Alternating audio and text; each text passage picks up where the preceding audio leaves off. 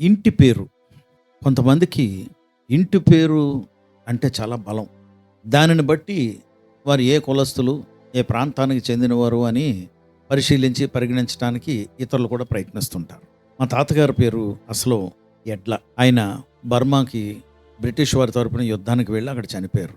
ఇక్కడ పెళ్లి చేసుకున్నటువంటి భార్యని గర్భిణీతోటి వదిలి వెళ్ళారు పాపం. ఆయన అక్కడ చనిపోయాడు. ఈవిడ విధవరాలు అయిపోయింది, కొడుకుని కన్నది. ఇక తర్వాత మా నాన్నమ్మ రెండో పెళ్లి చేసుకుంది కనుక ఎడ్ల నుండి ప్రస్తుతం ఉన్న పేరుకు వచ్చింది సారిపల్లి అని. అయితే దేవుని బిడ్డలారా, ఈ ఇంటి పేరుని బట్టి చాలామంది గుర్తిస్తారు. సరే, అది గుర్తించవచ్చు, గుర్తించకూడదు అని నేనేం అనటం లేదు. కానీ ఇంటి పేరుని బట్టి బలము, ప్రాంతీయ బలము, కుల బలము, ఏమో ఇంకే బలమో మీరు ఆలోచించుకోండి. అయితే దేవుని ఇంటికి పేరు ఏంటి అని మనం కానీ చూస్తే, బైబిల్ గ్రంథంలో సొలొమోను అన్నటువంటి ఒక మహారాజు దేవునికి మందిరం కట్టాడు. ఎందుకు కట్టాడు అంటే అతనికి ఏదో కట్టేయాలని తలంప కాదు. దేవుడు చెప్పారు, దేవుడు కట్టించుకుంటున్నారు అతనితోని.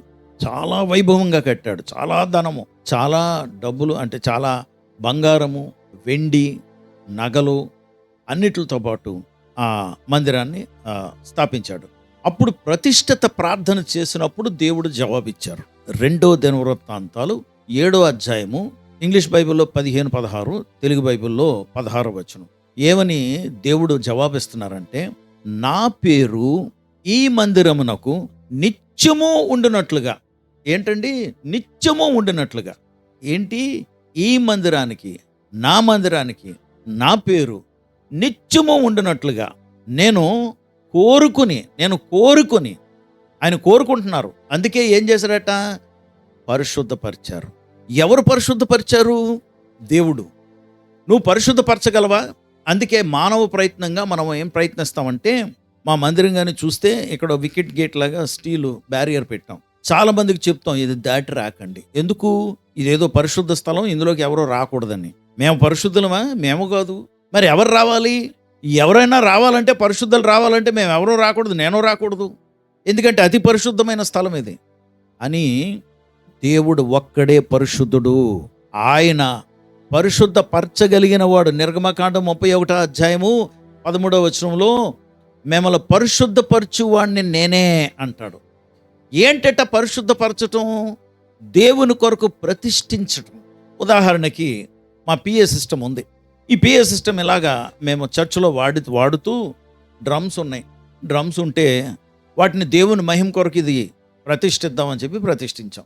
దేవుని మహిమ కొరకు అంటే దేవుని మందిరంలో దేవుని విషయాలు మాత్రమే దాన్ని వాడటానికి. ఇప్పుడు ఎవరైనా, ఇది మంచి సిస్టమ్ అండి. అందులో జాజ్ ప్లేట్స్ ఉంటాయి.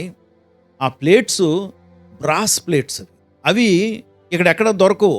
మేము ఎక్కడ బాంబే వెళ్ళినప్పుడు అక్కడ కొని తెచ్చాం. ఆ రోజుల్లో అది 45,000. మరి ఇప్పుడు ఎంత ఉంటుందో తెలీదు. దేవుని బిడ్డలారా, ఆ సిస్టము మొత్తం ఆ డ్రమ్స్ అన్నీ కలిపి అలాగా అదొక 40,000-45,000. ఇప్పుడు ₹1,00,000 అనమాట ఇంచుమించు ఆ సామాను. ఇది చూసి అది కాదు బ్రదర్, కొంచెం మీ డ్రమ్స్ ఇస్తే మేము ఓ ఫంక్షన్ ఉంది, ఆ ఫంక్షన్లో మేము వాడుకొని ఒకవేళ డబ్బులు కావాలంటే ఇచ్చేస్తాం అన్నారు. నో, నేను ఇవ్వను. ఎందుకంటే ఇది దేవుని కొరకు ప్రతిష్ఠించిన వస్తువులు. అంటే దాన్ని బట్టి అర్థం ఏంటి? దేవుని కొరకు పరిశుద్ధ వస్తువులు. అలాగే నేను దేవుని సేవ నిమిత్తం నేను ప్రతిష్ఠించుకున్నాను. దేవుని సేవ తప్పించి నాకు ఇంకోటి వద్దు. సెక్యులర్ జాబ్ వద్దు. అందుకే నా ఉద్యోగం పోయినప్పుడు నేను కోర్టుకి వెళ్ళలేదండి ఉద్యోగం కావాలని. వెళ్ళుంటే నా ఉద్యోగం నాకు వచ్చేసి ఉండేది. చాలామంది గొప్ప గొప్ప జ్ఞానులు నాకు ఉచితమైన సలహాలు చెప్పారు. కోర్టుకి వెళ్ళి ఉద్యోగం తెచ్చేసుకుని ఉంటే బాగుండేది కదా. ఏంటి బాగుంటుంది? ఏంటి తెలుసండి? అంటే మిమ్మల్ని ఇంకా గౌరవించేవాళ్ళు కదా. ఎవరో గౌరవించకపోతే నాకేంటండి? నాకేంటి? నేను ప్రార్థన చేస్తే దేవుడు ఆలకిస్తే, దేవుడు ఆలకిస్తాడు అనే నమ్మకం నాకు ఉంది. కాబట్టి అర్హులైతే నాతో ప్రార్థన చేయించుకుంటారు, అంతే. అనర్హులు, మీకు స్తోమత లేదు, డిస్మిస్డ్ ఫెలో నువ్వు అంటే ఓకే, దట్స్ ఫైన్. ఇంకెవరైనా ప్రార్థన చేస్తారేమో, పోనీ వెళ్ళి చేయించుకోండి, నేనేం చేయను. మీకు ప్రార్థన చేయటానికని మళ్ళీ నన్ను నేను సెక్యులర్గా వెళ్ళి ఉద్యోగం తెచ్చుకుని అప్పుడు మీకు ప్రార్థన చేయనా? ఏమనండి, ఏమన్నా సబువుగా ఉందా? సో పరిశుద్ధపరిచేవాడు ఎవరు? దేవుడు. కాబట్టి దేవుడు ఏం చెప్తున్నారు? ఈ మందిరాన్ని నేను ప్రతిష్ఠించుకుంటాను, నేను పరిశుద్ధపరచుకుంటాను. ఇక్కడ నా పని కానీ ఇంకో పని జరగటానికి వీల్లేదు. ప్రస్తుతం ఇప్పుడు దేవుడు పరిశుద్ధపరిచి ప్రతిష్ఠించుకున్న ఆ మందిర ఆవరణము ఏమైందంటే పోల్చగొట్టేసి అందరి మంట పెట్టేసి, అందులో చెక్క అంతా ఆయిల్ పోసేసి మంట పెట్టేసి, ఆ వేడికి బంగారం అంతా కరిగిపోయి రాళ్ళ మధ్యలో చుక్కలు చుక్కలుగా కారిందటండి. అంతగా మంట పెట్టేశారు, పాడు చేశారు.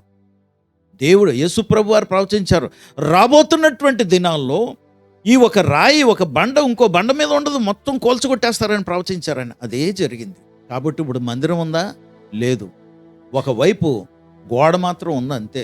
అక్కడికే వెళ్ళి భక్తితో పాపం యూదులు ప్రార్థన చేసి, ఆ ప్రార్థన మనవలు చిన్న కాగితాలుగా ఆ సందుల్లో దోపి ప్రార్థన చేసుకుని వచ్చేస్తారు. రబ్బీలు ఏం చేస్తారంటే ఆ కాగితాలన్నీ తీసుకుని వాళ్ళు ఆఫీస్కి తీసుకెళ్ళి వారు కలిపి ప్రార్థన చేస్తారు.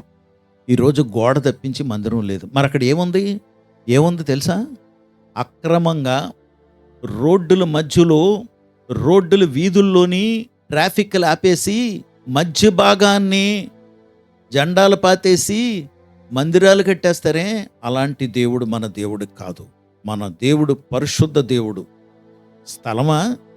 ఆయన డబ్బులు వెల చెల్లించి కొని కట్టగలిగినటువంటి వాడు, కట్టించుకోగలిగిన వాడు. నీకు మందిరం కట్టాలంటే అలాగుండాలి కానీ అక్రమంగా స్థలాన్ని ఆక్రమించి కట్టడం కాదు. ఒక పెద్దోళ్ళు, మా ఊళ్ళో ఇద్దరు కూడా చాలా పెద్దవాళ్ళు, భార్యాభర్తలు. వాళ్ళని పేరే డాడీ మమ్మీ అని పిలిచేవారు భక్తులు. ఓ రోజు నన్ను కలిశాడు ఆయన. కలిసినప్పుడు, బ్రదర్ మీ గురించి విన్నాం మేము, మీరు మందిరం లేదని, మందిరం కట్టాలండి, కనుక మీరేం చేస్తారంటే గవర్నమెంట్ స్థలం ఎక్కడన్నా ఉంటే అది ఆక్రమించి అక్కడ కట్టండి. గవర్నమెంట్ అప్పుడు పట్టా ఇచ్చేస్తుంది. అక్రమంగాట ఆక్రమించి, మన దేవుడు అక్రమానికి దేవుడు కాదు. No, is disciplined. వాళ్ళు ఆక్రమించి ఆయన మందిరాన్ని కోల్చగొట్టి ఇది మాది అంటున్నారు. చరిత్ర కానీ చూస్తే ఏ సంవత్సరంలో అది కట్టబడ్డాది, ఎప్పుడు మందిరాన్ని కూల్చారు, ఎప్పటి వరకు మందిరం ఉంది, ఎవరు కట్టారు అని చూస్తే, చరిత్ర చూస్తే స్పష్టము. ఇలాగే అక్రమదారులు ప్రతి దగ్గర అక్రమమైనటువంటి పనులు చేస్తారు. దేవుని బిడ్డలారా, అందుకే ఆయన అంటున్నాడు, నా మందిరమునకు నా పేరు పెట్టబడుతుంది, నేను కోరుకుంటున్నానది. అందుకే నా మందిరాన్ని నేను ప్రతిష్ఠిస్తాను, పరిశుద్ధపరుస్తాను, నేను స్థిరపరుస్తాను. రాబోతున్నటువంటి దినాల్లో ఆయన 3వ మందిరాన్ని కట్టబోతున్నాడు. అని ఇప్పుడు ఆయన మందిరం ఏదంటే తెలుసా? ఆలయమే ఆలయమే నీ దేహమే ఆలయం, నీ దేహమే ఆలయం, ఆరాధనకు దేవుడు నీకు నీ దేహము ఇచ్చెను, ఆలయము నిజమగు దేవుడు నీలో ఉండగా, నిజమగు దేవుడు నీలో ఉండగా, ఆలయమేరా దేవాలయముకు, ఆలయమేరా దేవునికి. ఎందుకండి దేవుడికి ఆలయము? నువ్వే ఆలయానివి. ఇప్పుడు మనల్ని సజీవ రాళ్ళుగా ఆయన చేర్చుకుని, ఆయన మందిరం ఏది అంటే మనమే. కొరింథీయులకు రాసిన మొదటి పత్రిక 6వ అధ్యాయము 19-20 వచనాల్లో నిన్ను ఆయన కొనుక్కున్నాడు. నీ దేహమే ఆయనకి ఆలయము, మందిరము. ఉంటావా ఆయన మందిరంలో ఒక పరికరంగా, ఒక బండగా, రాయిగా, ఒక స్తంభంగా నిలవబడతావా? నీకే క్వశ్చన్. నేను నిలవబెట్టిస్తాడు, ఆశీర్వదిస్తాడు, నీలో నిరంతరము ఉంటాడు. ఆయన నాలో ఉన్నాడు. గుండెల మీద చెయ్యేసుకుని చెప్తున్నాను, ఆయన బట్టి నేను అతిశయించి, నేను ఆయన మందిరంలో ఒక చిన్న భాగాన్ని నువ్వు కూడా ఉండాలని కోరుకుంటున్నాను. పరిశుద్ధ ప్రభా, నీకు వందనాలు, స్తోత్రాలు. నీ కొరకు ఆయుత్తుపరచుకోండి, నీ నామానికి మహిమ తెచ్చుకోండి, నీ బిడ్డలను జ్ఞాపకం చేసుకోండి ప్రభా, ప్రతిష్ఠించుకోండి, పరిశుద్ధపరచండి. నీ నామానికి నీ బిడ్డల ద్వారా మహిమ తెచ్చుకోండి. యేసు నామములో ప్రార్థించి వేడుకొంచున్నాం తండ్రి, ఆమేన్.